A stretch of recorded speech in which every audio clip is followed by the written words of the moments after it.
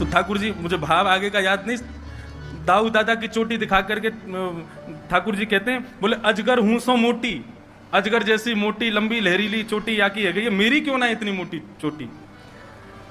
तब दाऊ दादा फिर चढ़ाते हैं, बोले तो को कच्चो दूध पिवावे यशोदा मैया, मुझको तो बढ़िया छान के धोटो दूध पिवावे, या हमारी मेरी बड़ी है रही है। ऐसी ऐसी लीला दाऊ दादा कन्हैया के साथ में करते हैं। आज ठाकुर जी बोले मुझको बदला लेनो आते, जब देखो मेरे पीछे पड़ो रे, कछु करन ना देवे, और सब ग्वाल बालन के संग मिलके मेरी बड़ी हंसी उड़ावे, आज या दाऊ दादा कोई देखनो मुझे। ठाकुर जी ने समस्त ग्वाल बालों से कहा, भैया देखो धेनुकासुर का वध हम नहीं करेंगे, यदि धेनुकासुर को मरवानो है तो दाऊ दादा ते कहो, हम अकेले थोड़े ही हैं बलवान, दाऊ दादा भी तो बलवान है। सब ग्वाल बाल दौड़े दौड़े दाऊ दादा के पास गए, बोले दाऊ दादा आपके बल की तो कहा कही जाए, आप तो इतने बलवान हो, ऐसे हो वैसे हो, खूब प्रशंसा की। हर बार असुरन को कन्हैया मारे, आप कब मारोगे। दाऊ दादा बोले हम तो कोई कहवे ही ना है, हमें कोई बतावे ही ना है, कोई असुर को मारनो हमें बताओ तो हम मारे। तब सबने बताई, बोले धेनुकासुर नाम का एक दैत्य आया है वृंदावन में, आप उसको मार दो। दाऊ दादा ने तो महाराज कसली अपनी कमर, बोले अभी बता मैं कहां है धेनुकासुर, अकेलो कन्हैया बलवान थोड़ी है, हम भी कम थोड़ी है कन्हैया थे। अब यहां दाऊ दादा सब ग्वाल बालों के संग जा रहे थे, ठाकुर जी ने मधुमंगल को बुलाया, बोले सुन यहां पे आ। दाऊ दादा जैसे ही धेनुकासुर को वध करें ना, पूरे वृंदावन में हल्ला मचा दियो, बोले दाऊ दादा ने गधा मारो, यूं मत कहियो असुर मारो। पूरे वृंदावन में हल्ला मचवा दी और सबंत कह दियो दाऊ दादा ते छुए नहीं, गधा को मार के आए। मधुमंगल बोलो मुंह को कहां मिलेगो, बोले बढ़िया दूध पिवाऊंगा तो को, और तू कहो छाछ पिवाऊंगा, दही दे दूंगा, मक्खन खवाऊंगा अपने हाथ से, तू मेरे बस इतना काम कर दे। मधुमंगल बोलो ठीक है कर दूंगा। अब महाराज दाऊ दादा धेनुकासुर को मारने के लिए गए।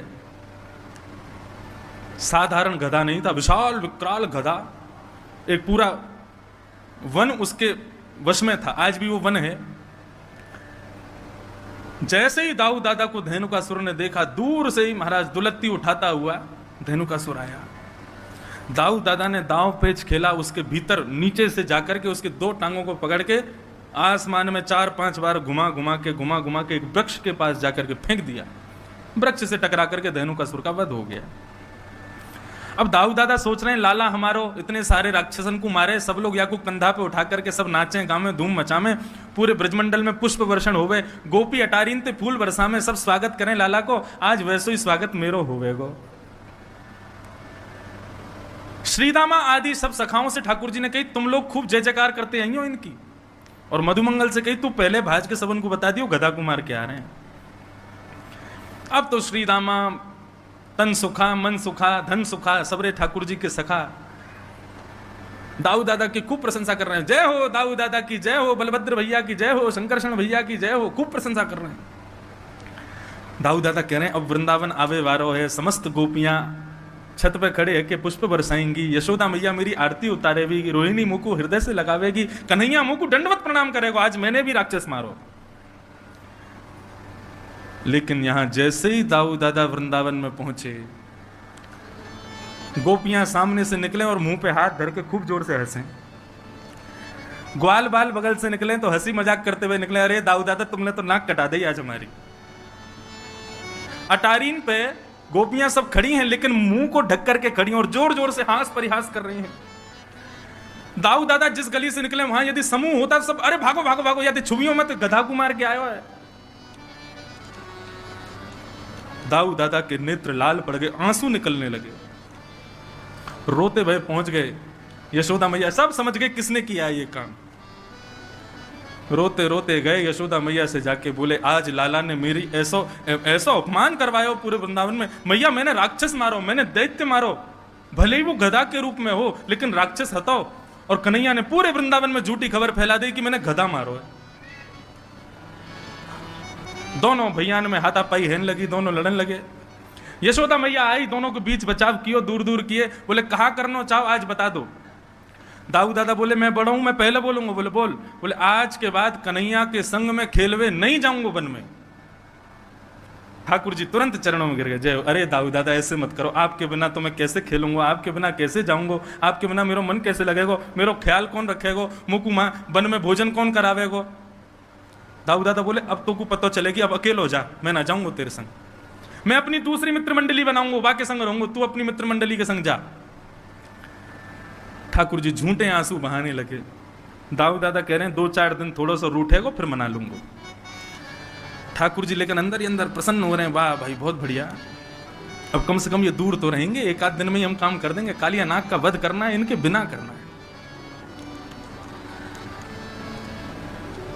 ठाकुर जी बहुत चिंतित हैं कालिया नाग को लेकर। बंधुओं, कालिया नाग के विषय में थोड़ा विस्तार से आज सुनिएगा, बहुत सावधानी से बैठो।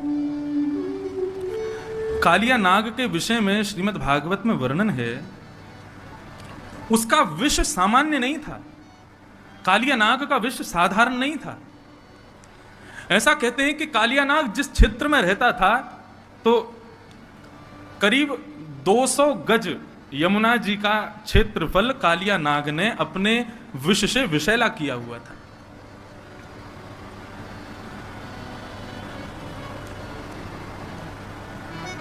कालिया नाग जिस क्षेत्र में रहता है, पुरिया धनाश्री जिस क्षेत्र में रहता है, उस क्षेत्र के आकाश में करीब 100 मीटर ऊपर तक भी यदि कोई पक्षी उड़ता है तो यमुना जी से निकलने वाले विष की जो भाप है उस भाप से ही वो मर जाता है।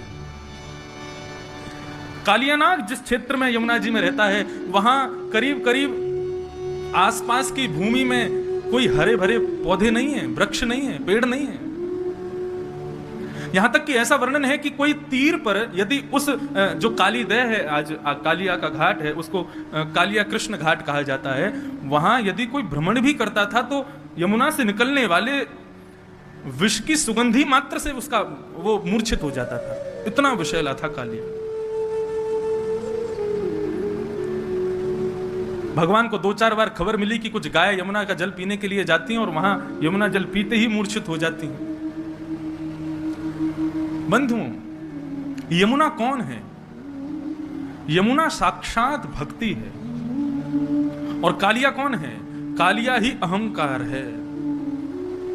कई वैष्णव जन ऐसे होते हैं, कई भक्तगण ऐसे होते हैं, उनके भीतर भक्ति तो होती है लेकिन अहमत्व का त्याग वो लोग नहीं कर पाते।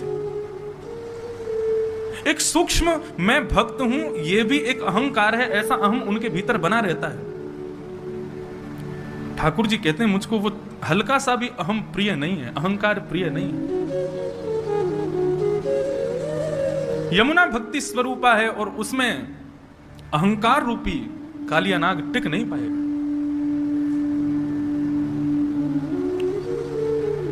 यमुना के तीर पर हरियाली नहीं है, इसका भाव यह है कि जिस व्यक्ति के अंदर भक्ति तो है लेकिन अहमत्व रहता है, उसके आसपास दूर दूर तक भी भगवान की कृपा प्रकट नहीं होती, भगवान की कृपा विद्यमान नहीं होती। इसलिए बंधु, भक्त बने तो सबसे पहले इस चीज का विशेष ध्यान रखें कि हमारे भीतर अहमत्व ना हो। गोपियों यथा ब्रज गोपिका नाम, नारद भक्ति सूत्र में श्री नारद जी महाराज कहते हैं कि ब्रज की गोपियां उनसे बड़ा कोई भक्त नहीं है, लेकिन रास करते करते उनके भीतर भी एक अहमत्व की गंध तो आई थी, जिसके कारण ठाकुर जी वहां से भी अंतर ध्यान हो गए। आज इतनी कथाएं हम लोग सुनते हैं, इतना भगवत नाम हम लोग गाते हैं, इतने नाम जप हम लोग करते हैं, इतनी ठाकुर जी की सेवा हम लोग करते हैं, फिर भी ठाकुर जी का किंचित मात्र भी अनुभव हमको क्यों नहीं होता? क्योंकि किसी ना किसी रूप में अहम तो भीतर है। कालिया नाग हमारे भीतर बैठा है।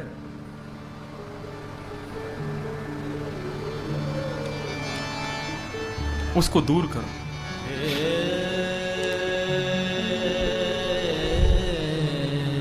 लेकिन एक आश्चर्य की बात, काली दह पर एक भी वृक्ष नहीं है, एक भी हरियाली नहीं है, एक भी घास नहीं है विष के कारण, लेकिन एक कदम्ब का वृक्ष है जिस पर चढ़कर के भगवान कूदे थे। ये कदम्ब वृक्ष, क्योंकि श्रीमद् भागवत में स्पष्ट लिखा है, कृष्ण कदम्ब मधिरुहा ततो तुंग नयपत्य विशोदे।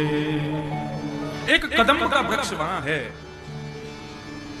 परीक्षित जी महाराज ने पूछा, महाराज जब एक भी वहां पर घास नहीं, हरियाली नहीं, दूर दूर तक कोई प्रकट होने वाली जंतु नहीं, तो फिर ये कदम्ब कैसे जीवित है? तब एक अद्भुत कथा सुनाई गई। बोले कि जब देवासुर संग्राम हो रहा था, देवता और असुरों के बीच में अमृत को लेकर के युद्ध हो रहा था, अहम पूर्वम, हम पहले पिएंगे, हम पहले पिएंगे। उस समय भगवान ने विचार किया ये तो बहुत युद्ध हो रहा है, इनको संभालने के लिए, इनको रोकने के लिए कोई स्त्री का प्रकट होना बहुत जरूरी है। और उस समय विष्णु भगवान ने, नारायण ने विचार किया कि मैं मोहिनी रूप धारण करूं। तब भगवान ने गरुण जी को आदेश किया, बोले गरुण मुझे थोड़ा समय लगेगा, मैं मोहिनी रूप धारण करके आ रहा हूं, तब तक इस पूरे युद्ध को तुम संभालो, अमृत कलश का तुम रक्षा करो। गरुण जी महाराज उड़ते हुए आए और समुद्र मंथन में निकले हुए अमृत कलश को लेकर के सीधे पहुंचे नासिक, और नासिक में ले जाकर के गड्ढा करके वहां उसको गाड़ने लगे। इतने में क्या देखते हैं, 33 करोड़ देवता और दैत्य सब दौड़े दौड़े वहां भी आ गए। गरुड़ जी महाराज ने तुरंत वहां से अमृत कलश निकाला, 2-4 बूंद वहां गिर गई, इसलिए कुंभ वहां होने लगा। सीधे भागे प्रयागराज। प्रयागराज में भी समस्त देवता असुर आ गए, वहां से भागे हरिद्वार। हरिद्वार से जब भागने लगे तो कहां पहुंचे, यमुना के पुलिन पर। चाहते तो थे वृंदावन में विराजे, लेकिन देवता और असुर इतनी द्रुत गति से पीछा कर रहे थे कि थोड़ी देर बैठने का ही अवसर मिला। कहां बैठे, बोले यमुना के पुलिन पर विराजमान एक कदम्ब के वृक्ष पर बैठे, कलश को लेकर के। इसलिए वृंदावन में कुंभ नहीं लगता, कुंभ से पूर्व, हरिद्वार कुंभ से पूर्व केवल बैठक होती है। क्यों? क्योंकि अमृत कलश को लेकर के गरुण जी यहां बैठे थे, और उस समय अमृत कलश से कुछ बिंदु छिड़क करके उस कदम्ब ने अपने भीतर धारण कर लिए थे, जिसकी वजह से कालिया नाग के आगमन पर सब कुछ वहां से जा चुका था, लेकिन कदम्ब वृक्ष तब भी विद्यमान था, जिस पर चढ़कर के भगवान कूदे थे यमुना जी।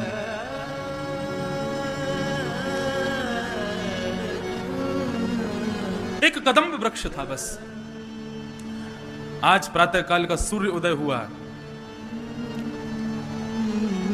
अपनी समस्त ग्रहचर्याओं को निवृत्त होकर के ठाकुर जी अपने समस्त ग्वाल मंडली के साथ में कंडुक क्रीड़ा करने के लिए यमुना पुलिन पर जाने लगे।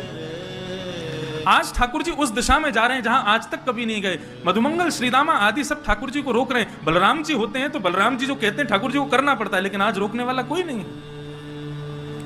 श्रीदामा कहते हैं लाला आज हम दूसरी तरफ क्यों जा रहे हैं? बोले आज हम यहीं खेलेंगे। वहां खेलते खेलते हार गए।